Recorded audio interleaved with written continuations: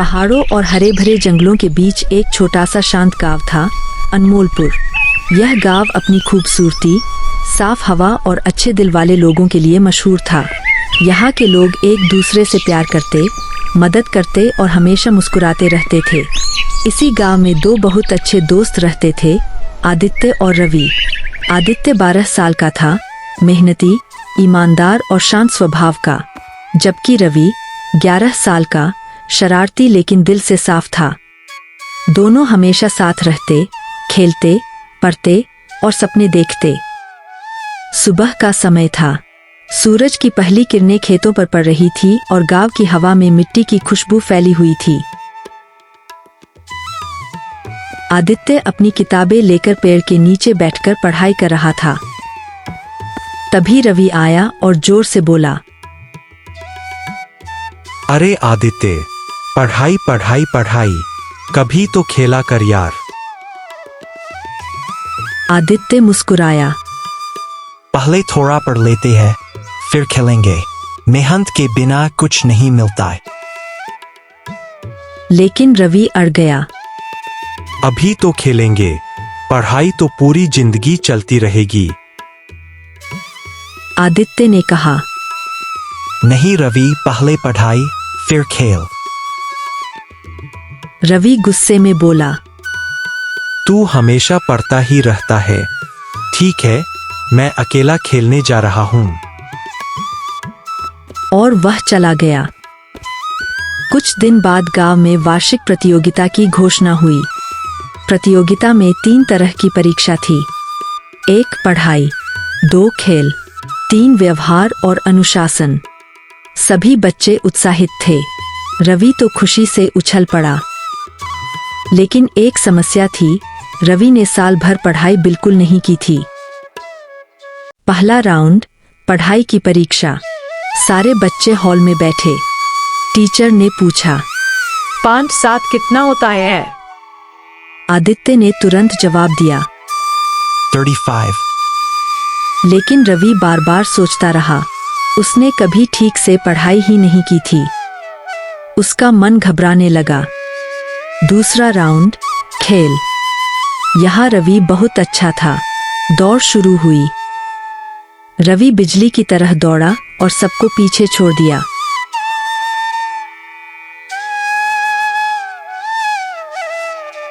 लोग तालियां बजाने लगे। रवि बोला, देखा, असली टैलेंट तो इसी में है। लेकिन आदित्य भी पीछे नहीं था। वह दूसरा आया। तीसरा राउंड, व्यवहार और अनुशासन। अब गांव के बुजुर्गों से सवाल पूछे गए। पहला सवाल रवि से, बुजुर्ग, अगर आपको सफलता चाहिए तो सबसे पहले क्या करना चाहिए? रवि ने हंसते हुए कहा, बस पढ़ाई मत करो और खेलते रहो। सभी हक्का बक्का रह गए। जब वही सवाल आदित्य से पूछा गया, आदित्य ने शांतिपूर्वक जवाब दिया, सफलता मेहनत, ईमानदारी और धैर्य से मिलती है। सभी बुजुर्ग उसकी बात से प्रभावित हुए। परिणाम घोषित। तीनों राउंड खत्म हुए। सब बच्चे जीत की उम्मीद कर रहे थे। प्रधान शिक्षक ने घोषणा की, इस साल का विजेता है आदित्य। सभी जोर से तालियां बजाने लगे। रवि का चेहरा उतर गया। वह दुखी, शर्मिंदा और परेशान हो गया।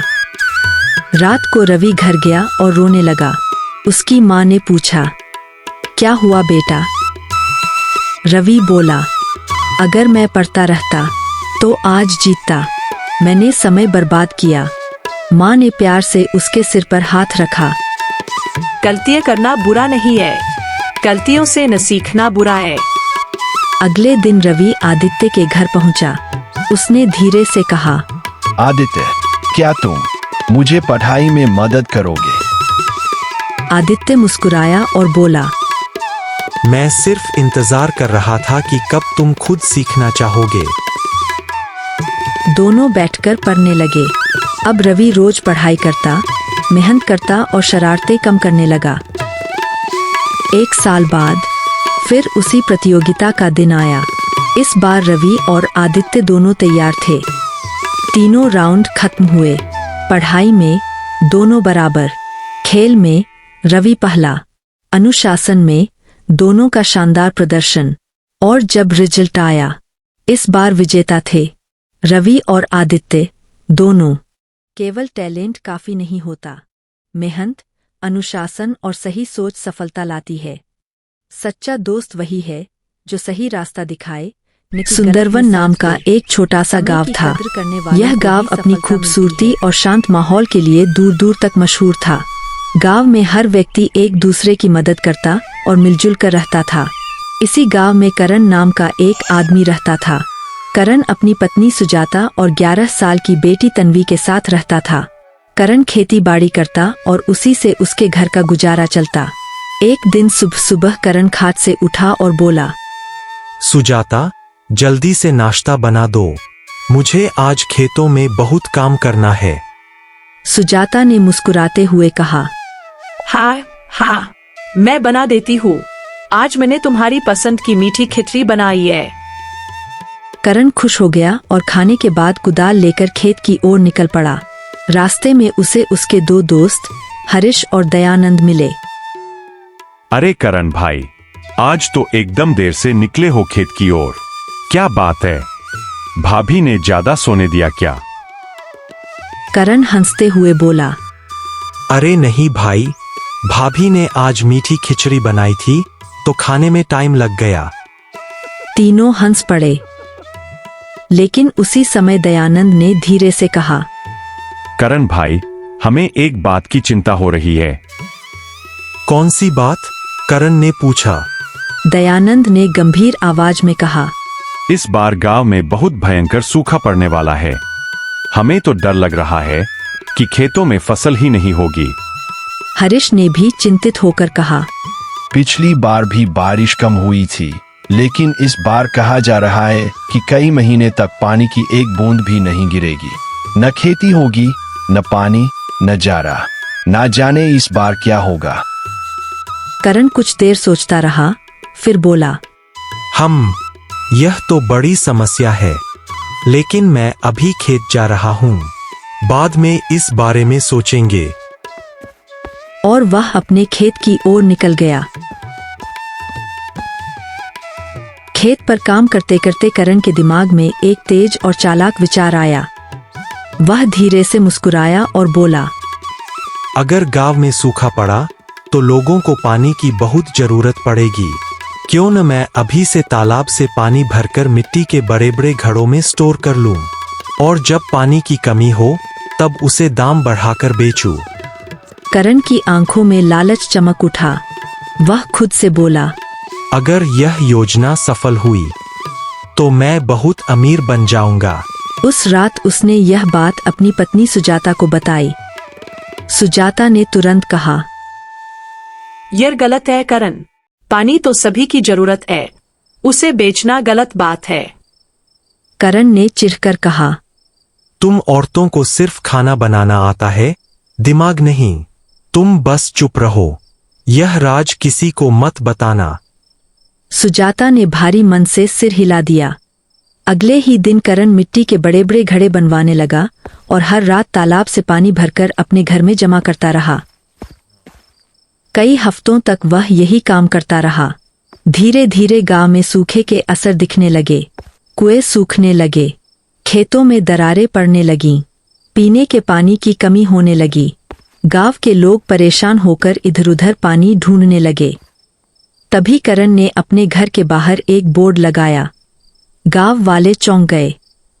हरीश बोला, ये क्या करण भाई, पानी बेच रहे हो? करण मुस्कुराकर बोला, भाई मेहनत की है, मुफ्त में नहीं दूंगा। लेना है तो लो, वरना जाओ। गांव वाले मजबूरी में पानी खरीदने लगे और करण दिन ब दिन अमीर होता गया। एक दिन तेज गर्मी और प्यास के कारण करण की बेटी तन्वी की तबीयत खराब हो गई।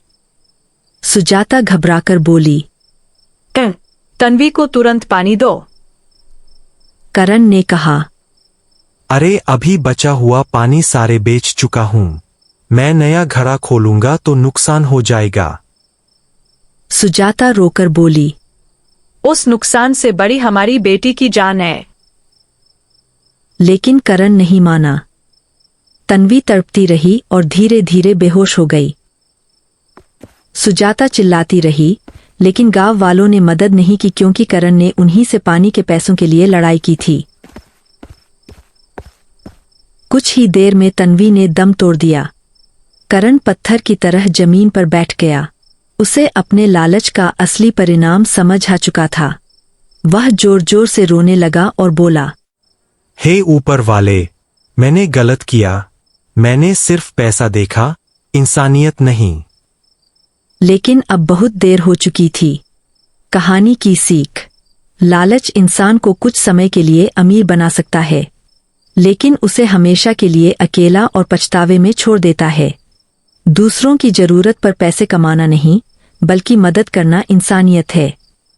अगर आपको ये वीडियो अच्छी लगी हो तो चैनल को सब्सक्राइब जरूर करें और पास वाले बेल आइकन को भी दबा दें, ताकि हमारी नई वीडियो का नोटिफिकेशन आपको सबसे पहले मिल सके।